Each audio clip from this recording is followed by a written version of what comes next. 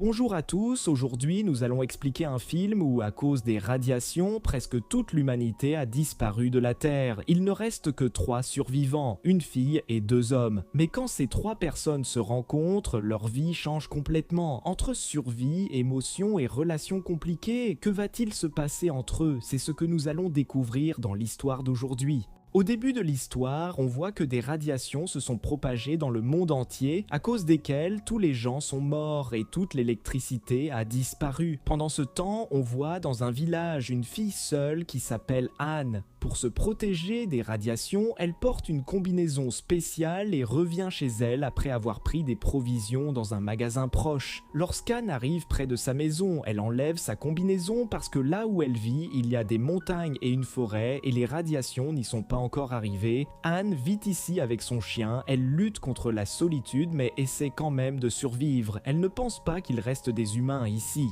Un jour, alors qu'Anne se promène avec son chien, celui-ci se met à aboyer près de la forêt. Anne se cache et voit qu'il y a un autre survivant comme elle, vivant et portant lui aussi une combinaison spéciale pour se protéger des radiations. Il erre à la recherche d'un endroit sûr. Cet homme s'appelle John. Il pense que l'air et l'eau de cet endroit n'ont pas été en contact avec les radiations, alors il enlève sa combinaison. Il se sent très bien en respirant l'air libre. Anne suit John en cachette et le voit se baigner dans un lac, mais Anne lui dit de sortir rapidement de l'eau parce qu'elle est contaminée par les radiations. Au début, John a peur en la voyant, mais Anne lui explique qu'elle ne lui fera pas de mal et lui dit de sortir vite de l'eau. En entendant cela, John sort par peur. Mais il a déjà été exposé aux radiations et son état commence à se détériorer. John se met à vomir et arrive difficilement jusqu'à sa camionnette. Il essaie de prendre une injection à l'intérieur, mais son état est trop grave pour qu'il puisse se l'administrer. Il demande alors à Anne de lui faire l'injection. Anne lui fait l'injection. Comme John ne va pas bien, Anne l'emmène chez elle. Avant cela, elle le nettoie et se lave aussi. Pendant quelques jours, Anne lui donne des médicaments et prend soin de lui. Elle prie aussi Dieu pour qu'il guérisse rapidement, car elle vivait seule depuis longtemps. Après quelques jours, John commence à aller mieux. Il remercie Anne d'avoir pris soin de lui. John lui explique qu'il est ingénieur et qu'il travaillait dans un bunker du gouvernement, ce qui lui a permis de survivre à cette catastrophe. Mais plus tard, il a dû quitter le bunker parce que ses provisions étaient épuisées. Et il est arrivé ici à pied. Ensuite, Anne montre à John une photo de sa famille et lui explique qu'elle vivait ici avec sa mère, son père et son petit frère et qu'il avait survécu aux radiations. Ses parents étaient partis chercher d'autres survivants, mais après plusieurs jours sans nouvelles, son petit frère est parti à leur recherche. Jusqu'à présent, aucun d'eux n'est revenu. Le soir, ils mangent ensemble. John dit à Anne qu'il est très heureux d'être ici et qu'il savait qu'il devait exister un endroit dans le monde où les radiations n'étaient pas arrivées. Anne est aussi heureuse avec John, car elle n'a plus à tout faire seule, ni à vivre seule. En même temps, elle commence à l'aimer en secret. Le lendemain, Anne attrape des poissons dans un étang voisin. Elle les ramène et John les cuisine. Anne lui dit que l'hiver approche, donc ils doivent stocker de la nourriture, car les champs vont se dessécher et cela deviendra difficile. Elle souhaite avoir de l'électricité pour pouvoir utiliser le congélateur avant l'hiver et stocker les poissons du lac, et aussi pour ne pas rester dans le noir. À ce moment-là, John a une idée. Il dit à Anne qu'ils peuvent produire de l'électricité grâce à une roue hydraulique utilisant l'eau de la cascade, mais ils auront besoin d'une grande roue en bois. John voit une église faite de bois à proximité. Il demande à Anne la permission de la démonter pour construire la roue, mais Anne refuse parce qu'elle est religieuse. John ne veut pas la décevoir, alors il décide d'abandonner le projet. Triste, il va au magasin et commence à boire de l'alcool. Anne vient le chercher et le ramène à la maison. Mais comme il a trop bu, il se comporte mal avec elle. Le lendemain matin, John réalise son erreur et s'excuse auprès d'Anne. Pendant ce temps, ils vivent heureux ensemble et commencent à s'apprécier. Un jour, alors qu'Anne se promène un peu plus loin de la maison, elle voit un homme nommé Caleb en mauvais état et très assoiffé. Il lui demande de l'eau, Anne est heureuse de le voir et l'emmène chez elle, mais John n'est pas content de le voir.